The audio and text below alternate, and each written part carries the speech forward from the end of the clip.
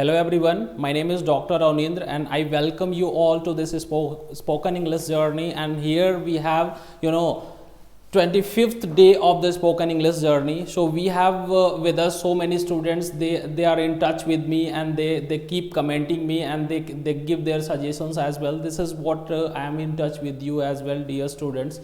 So upon request of so many students that a student of mine like Srijal Maurya, she did a comment to me and she was telling, sir, it should be continued. The journey we started 15 days back, it should be continued in the same way as it is going. Okay, so keeping in mind those importance and request from the students, I am starting once again 25 day का journey आज मैं शुरू कर रहा हूँ.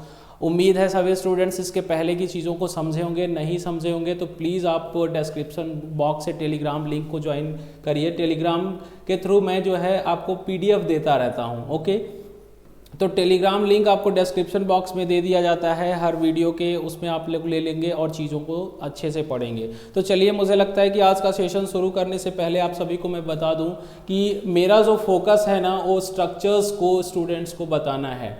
क्योंकि देखो, structures की बात मैं करूँ ना तो स्ट्रक्चर्स बहुत ज़रूरी होते हैं. क्योंकि चाहे कोई भी सेंटेंस हो, चाहे अगर मैं जैसे मान लो यहाँ पर आप बैठे हुए हो ना सपोज, तो आप अगर बोलते हो कि आई एम हैप्पी, ओके, और इस सेम सेंटेंस को ही अगर मैं थोड़ा सा पास्ट में चला जाऊँ, बीते कल में, तो जैसे जो बीत चुका है, तो सेम यही सेंटेंस आई वॉज हैप्पी हो जाता है. तो अभी क्या होता है कि स्टूडेंट्स जब बोलना शुरू करते हैं ना, तो कहीं ना कहीं से बेसिक डिफरेंस, अगर ये बात सेम पर्सन अगर अपने फ्यूचर की बात कर रहा है, इधर ये पास्ट की तरफ आ जा रहा है. ओके, अगर ये पास्ट में आ जाता है तो ये वॉज लगा लिया. अगर आप प्रेजेंट में हो तो एम की मदद से चीज़ों को बोल रहे हो. ऑन द अदर हैंड, अगर आप आने वाले दिनों में खुश होगे तो बोलोगे कि I will be happy, I will be happy. Okay, तो मुझे लगता है कि ये बेसिक डिफरेंस जो है ना कहीं से स्ट्रक्चर्स की मदद से आप समझ पाएंगे. जब आप अभी वर्तमान में हो, यहाँ पे हो, चीज़ों को समझ रहे हो, बोल रहे हो, तो आप is, am, are, has, have में से कोई एक लाते हो. ठीक है ना, एज पर सब्जेक्ट के अनुसार जो बदलता है. ठीक है, यहाँ पे अभी ही रहता तो ही इज़ हैप्पी हो जाता, यहाँ दे रहता तो दे आर हैप्पी हो जाता. अभी इसी सेम सेंटेंस को अगर हम पास्ट में बोलना चाहें तो हम बोल देंगे कि he was happy. Okay, he was happy, they were happy. अभी आने वाले समय में अगर कोई खुश होगा तो बोलेंगे कि they will be happy. Okay, तो ये बेसिक डिफरेंस है. इन चीज़ों को स्टूडेंट समझते चलेंगे तो मुझे ज़्यादा लगता है कि चीज़ों को आप लोग कनेक्ट कर पाएंगे. तो देखिए, ये जो आपका गोल्ड क्लासेस चैनल है ना, इसमें मैं आप लोगों को फ्री ऑफ कॉस्ट सारी चीज़ें प्रोवाइड करता रहता हूँ. थोड़ा सा देखिए, डिस्टर्बेंसेस और शॉर्टेज ऑफ टाइम के वजह से थोड़ा सा वीडियो कभी कभी रेगुलर हो जाते हैं, but I am committed to giving you what actually I have. और जो भी मैंने थ्रू आउट द एक्सपीरियंस, जो लॉन्ग एक्सपीरियंस रहा है विद कांस्टेंट टच, मैंने जो चीज़ें सीखी हैं, I am always ready to share with you. जो भी स्टूडेंट्स मेरे अंदर फेथ रखते हैं, दे हैव ट्रस्ट इन मी, तो definitely I won't disappoint you at all, और चीज़ों को मैं आपको समझाता रहूँगा. तो चलिए, आज का जो जर्नी है ना, वंस अगेन स्ट्रक्चर्स की बात करते हुए, तो अभी तक मैंने अपने पुराने वीडियोस में ना अभी तक स्ट्रक्चर 25 में मैं हमेशा बोलता हूँ, जिसमें से आपको टेंस बेस्ड मुझे 12 पढ़ाने हैं और मॉडल बेस्ड कम से कम आपको स्ट्रक्चर्स एटलीस्ट मैं आपको 13 बताऊंगा, जैसे use of can, could, may, might etcetera. Okay, इन चीज़ों का ध्यान में हम रखते हुए 25 स्ट्रक्चर्स में से मैं बात कर रहा था टेंस बेस्ड स्ट्रक्चर्स की. तो टेंस में आपको पता है कि प्रेजेंट भी आता है, मेनली 3 है, present, past and future. Okay, तो इसमें इसी से हमें स्ट्रक्चर्स 4 निकल के आएंगे. इसमें से पहला इंडेफिनिट, दूसरा कंटिन्यूअस, तीसरा परफेक्ट, चौथा परफेक्ट कंटिन्यूअस. सेम आपको पास्ट में भी मिल जाएगा. ओके, 1 2 3 4 आप लोग सेम नेम वहाँ पे रखेंगे. फिर फ्यूचर के भी हम 4 आपको बताने वाले हैं. अगर इन स्ट्रक्चर्स को स्टूडेंट्स अगर अच्छे से समझ लेते हैं ना, तो मुझे लगता है कि आपको इंग्लिश में काफ़ी अच्छी अंडरस्टैंडिंग डेवलप हो जाएगी. मैं आप सबों को बता दूं कि हमारा जो सिलेबस है ना, उसका मॉड्यूल 1 कवर किया जा रहा है. मॉड्यूल 1 का मतलब कि यूनिट 1, मतलब टोटल सिलेबस 5 भागों में बटा है. मॉड्यूल 1 में मैं आप लोगों को बेसिक्स ऑफ इंग्लिश ग्रामर बता रहा हूँ. Okay, basics of English grammar, क्योंकि इनकी ज़रूरत से ही हम अच्छा अंग्रेजी बोल पाते हैं. कुछ स्टूडेंट्स ये भी कहते रहते हैं कि सर ग्रामर की ज़रूरत तो अंग्रेजी बोलने में नहीं होती है।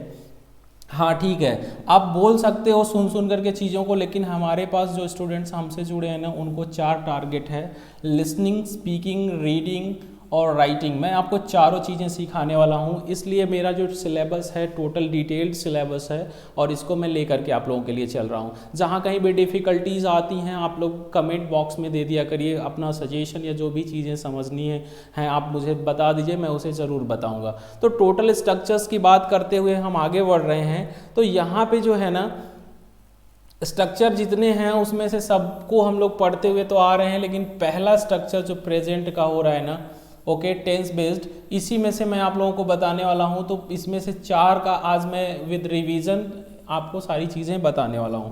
तो देखिए यहाँ पर टेंस चल रहा है, तो टेंस में मैंने आपको पहला स्ट्रक्चर जो बताया जिसको हमने सिंपल या इंडेफिनिट नाम दिया था। तो सिंपल या इंडेफिनिट के जो स्ट्रक्चर्स होते हैं ना, अंग्रेजी बोलने में सबसे ज़्यादा यही यूज़ होते हैं। तो देखो इसमें एक नो एक्शन का केस बनता है। नो एक्शन का मतलब जिसमें हम कभी कोई एक्शन की बात नहीं करते हैं, और एक्शन का केस बनता है जैसे कि उदाहरण के तौर पे समझ लो कि मैं अमीर हूँ। अगर यहाँ पे बात करो कि इसमें कोई काम तो नहीं हो रहा है, तो यहाँ पे हूँ लगा, ये भी प्रेजेंट का स्ट्रक्चर, इसमें एक्शन नहीं हो रहा है। लेकिन अगर मैं यहाँ पर कह दूँ कि मैं पढ़ता हूँ, ओके, तो यहाँ पे मुझे लग रहा है कि एक वर्क आपको इंडिकेट किया गया है, वो है पढ़ना ना। तो पढ़ना, यहाँ पर मैं पढ़ता हूँ, यहाँ पर ये चीज़ों को समझिएगा। तो ये मुझे लगता है कि आपको समझना चाहिए, मैं पढ़ता हूँ, ओके।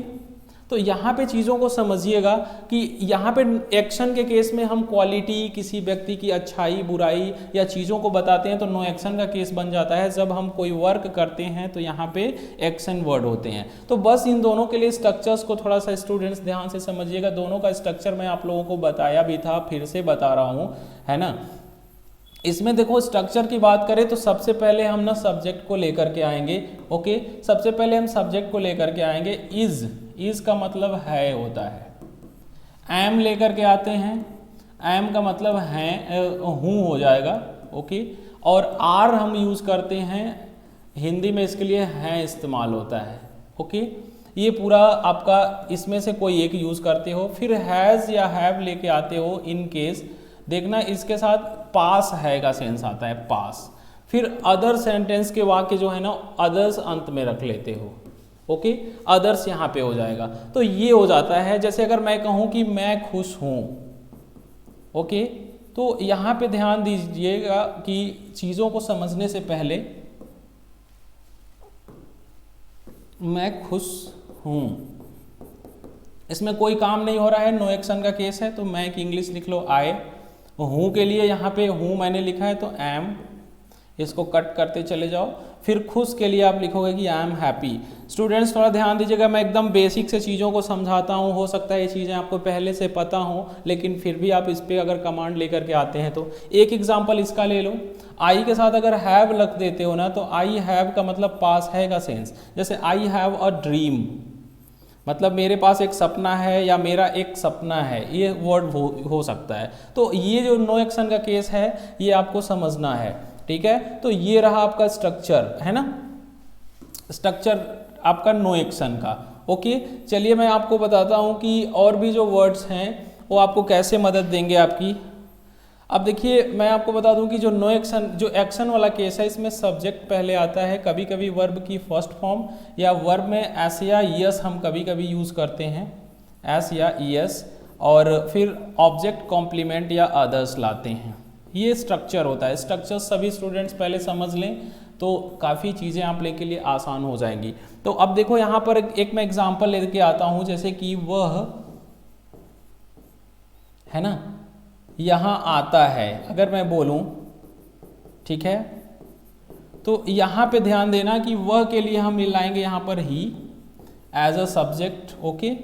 अब यहाँ पर कम में हम एस लगा रहे हैं, ही कम्स, क्योंकि एस या यस में से कोई एक यूज़ करते हो, क्योंकि अगर ये एक वचन है तो इसको भी एक वचन बनाने के लिए हम इसमें एस लगा रहे हैं और हम बोलेंगे ही कम्स हियर। यहाँ पे देखिए एस लग रहा है, तो यहाँ पे एक वर्ब हो रही है, ना कि इज एम आर आ रहा है, ये एक्शन वाला केस बन रहा है। इसके नीचे की चीज़ें समझिएगा, ये एक्शन वाली बात हो गई है ना। तो ये नॉन एक्शन और एक्शन वाली बात को आप समझते हैं। फिर मैंने आप लोगों को अगला चीज़ बताया था, स्ट्रक्चर नंबर 1 तो हो गया, फिर से लिख दे रहा हूँ, ओके समझ लिए हैं तो फिर से एक बार रिपीट कर लीजिएगा, और हैज़ और हैव, फिर अदर्स। नो एक्शन का केस जब बन रहा है तो सब्जेक्ट वर्ब की फर्स्ट फॉर्म, पॉजिटिव सेंटेंसेस के लिए हम लाते हैं हमेशा ईएस या एस लगा लेना, फिर ऑब्जेक्ट कॉम्प्लीमेंट या अदर्स ना। अब इस पे कुछ एग्जांपल्स कर लेते हैं जो आप अंग्रेजी बोलने में इस्तेमाल कर सकते हो। इस पे आई रख लो तो बोलोगे कि I am happy, I am glad, I am delighted to be here, I am here to learn English. आपने बोला था आई एम के साथ श्योर लगा लो, I am sure to learn English, या बोलो कि I am sure it is a good place. अब यहाँ पे कभी कभी इट लगाओगे तो इट के साथ इज लग जाएगा कि it is a good place, it is a good place, यह एक अच्छा जगह है, प्लेस है, स्थान है। तो यहाँ पे देखो इट के साथ इज लग रहा है, यही स्टूडेंट्स नोटिस नहीं करते हैं, इसलिए कभी मीनिंग उनको समझ में नहीं आता है। ये नो एक्शन का केस है तो ये है का अर्थ लेकर के आ रहा है। चलिए काफ़ी स्टूडेंट्स इसको समझ पा रहे होंगे मुझे लग रहा है। तो अभी दूसरा नंबर स्ट्रक्चर जो है वो है कंटिन्यूअस का। इसमें सब्जेक्ट इज एम आर यहाँ भी दिखता है, लेकिन ध्यान दीजिएगा यहाँ पर वर्ब की आईएनजी फॉर्म आती है, फिर अदर्स होते हैं। जैसे अगर मैं कहूँ कि मैं आपको समझाने की कोशिश कर रहा हूँ तो बोलेंगे कि I am trying to make you understand. अगर मैं बोलूँ कि मैं आपसे एक प्रश्न पूछ रहा हूँ तो I am asking you a question. जैसे आई और एम लगा, फिर आस्क में आईएनजी लगा, ये वर्ब है तो इसमें आईएनजी लगा हुआ है, I am asking you a question ना।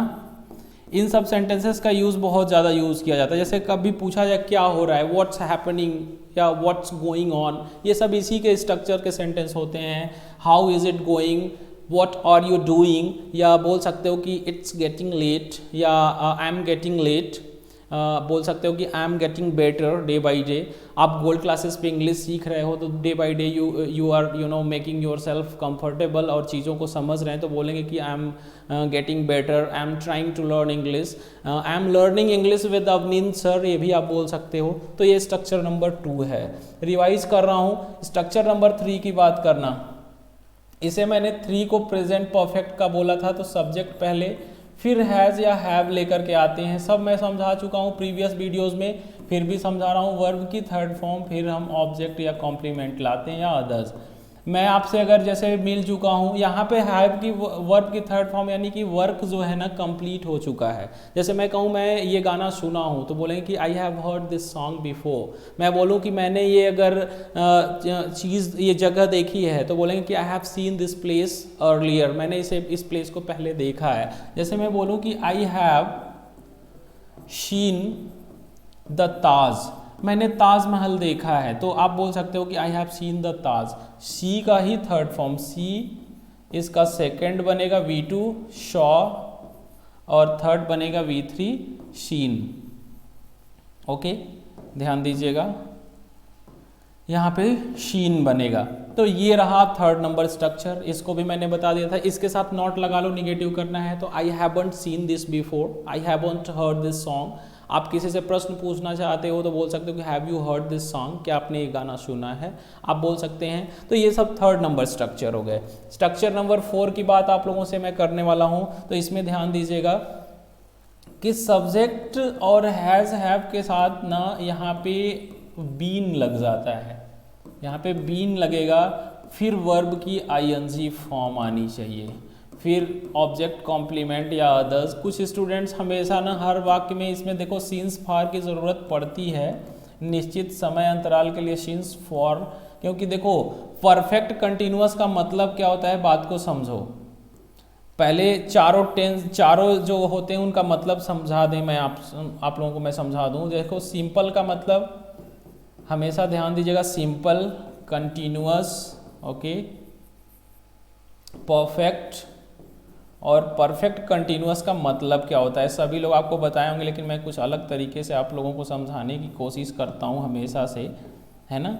देखो सिंपल या इंडेफिनिट इसको बोला जाता है। इसका मतलब ये होता है कि जब कोई दोनों ही, हर वाक्य में कोई ना कोई एक्शन होता है, कोई ना कोई काम होता है, और उसके कंप्लीटनेस पे आप अगर एक बार नज़र डालो, है ना, कंप्लीटनेस की तरफ, तो पता चल जाएगा कि वो कौन सा टेंस है। जब एक्शन बार बार रिपीट हो रहा है, इंडेफिनिट अनिश्चित है, तो वो इंडेफिनिट है। जैसे मैं आता हूँ, जाता हूँ, बोलते समय मतलब कि जाने का काम हो रहा है तो एक्शन बार बार रिपीट हो रहा है तो इंडेफिनिट।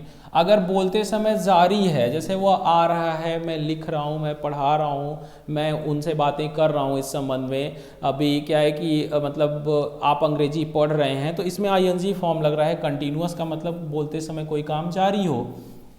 परफेक्ट का मतलब कि अभी हाल ही में या कोई वर्क कंप्लीट हो चुका है, तो जैसे बोलते हैं I have seen this movie, तो इसमें देखने का काम पूरा हो गया है। मैंने एडमिशन ले लिया है तो बोलेंगे कि I have taken admission, okay.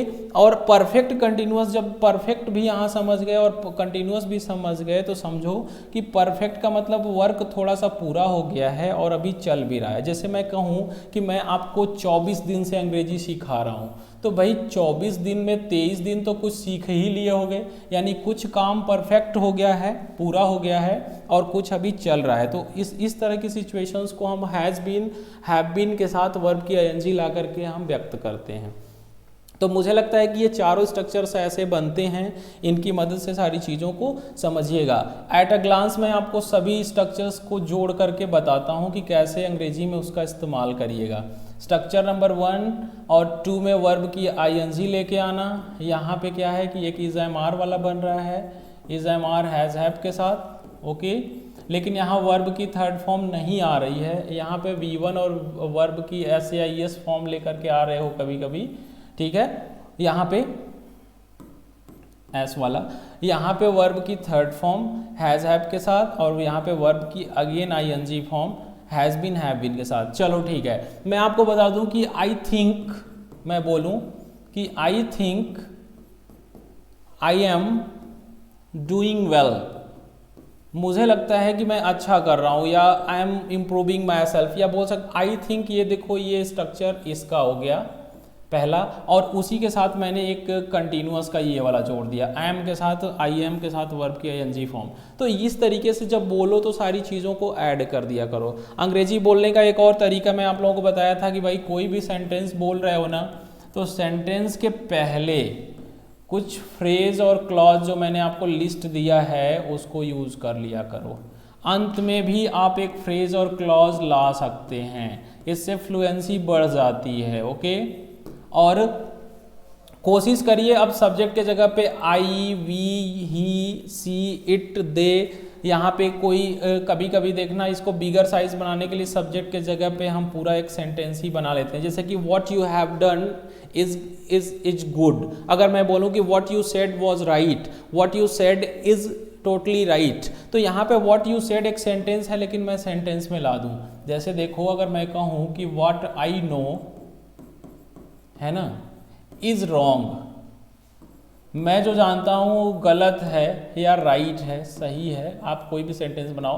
तो देखो ये वाला जो पोर्शन है ना, इसमें सब्जेक्ट बन रहा है, लेकिन ऑलरेडी एक व्हाट आई नो जो है कि एक क्लॉज फ्रेज, एक सेंटेंस जैसा स्ट्रक्चर लेकर के आ रहा है। तो मुझे लगता है कि अभी इतनी चीज़ें आप लोग समझ पा रहे होंगे, और इसी कॉन्सेप्ट को लेकर के आप चीज़ों को समझिएगा। एंड करने से पहले मैं अगेन आपको बोल रहा हूँ कि फ्रेजेस जोड़ने से पहले, जैसे before I start, first and foremost I would like to say my name is, आप अपना नाम के साथ बोलिएगा। उसके बाद बोलेंगे कि I think I am doing a great job, I think I am here to learn English and it's a good platform. If you talk about gold classes you can say like in the comment box, जरूर बताइए कि कैसा experience है आपका, कुछ चीज़ें समझ पा रहे हैं कि नहीं। तो आप बताएंगे कि I think I am improving myself, I think I have come up at a right place. आप बोल सकते हैं कि I guess she is in the kitchen. ये सब देखो दोनों वर्ड्स को ना, जैसे स्ट्रक्चर 25 है ना, तो सबको 1, 2, 3 को एक में मिक्स करके, 4 को एक साथ मिक्स करके आप लोग बोला करिए। चलिए मैं आपको बता दूं कि थोड़ा एक और तरीका कि कैसे चीज़ों को थोड़ा समझना है। तो आप लोग ना अब इस सारे स्ट्रक्चर्स को समझने से पहले आप एक काम करेंगे, मैं आपको बता रहा हूं कि कैसे क्या करना है। तो थोड़ा सा मैं स्क्रीन पे आपको ऑनलाइन दिखा रहा हूं चीज़ों को। है ना। तो चलिए यहाँ पे देखते हैं। ओके, मैं आप लोगों को बता दूं कि चीज़ों को समझने से पहले ना थोड़ा सा मैं आप लोगों के लिए एक हेल्पफुल टिप लेके आ रहा हूं आपके लिए, जिससे आपको मदद मिलेगी और चीज़ों को आप लोग समझ पाएंगे। जैसे आप लोग जब भी गूगल पेज ओपन करते हैं तो एक बार ओपन करने के बाद ऐसे लिखिएगा। ओके, मैं आप लोगों को बता रहा हूँ कि जैसे आप यहाँ पर गूगल में लिखिएगा कि story in simple present tense, यहाँ पे आ गया।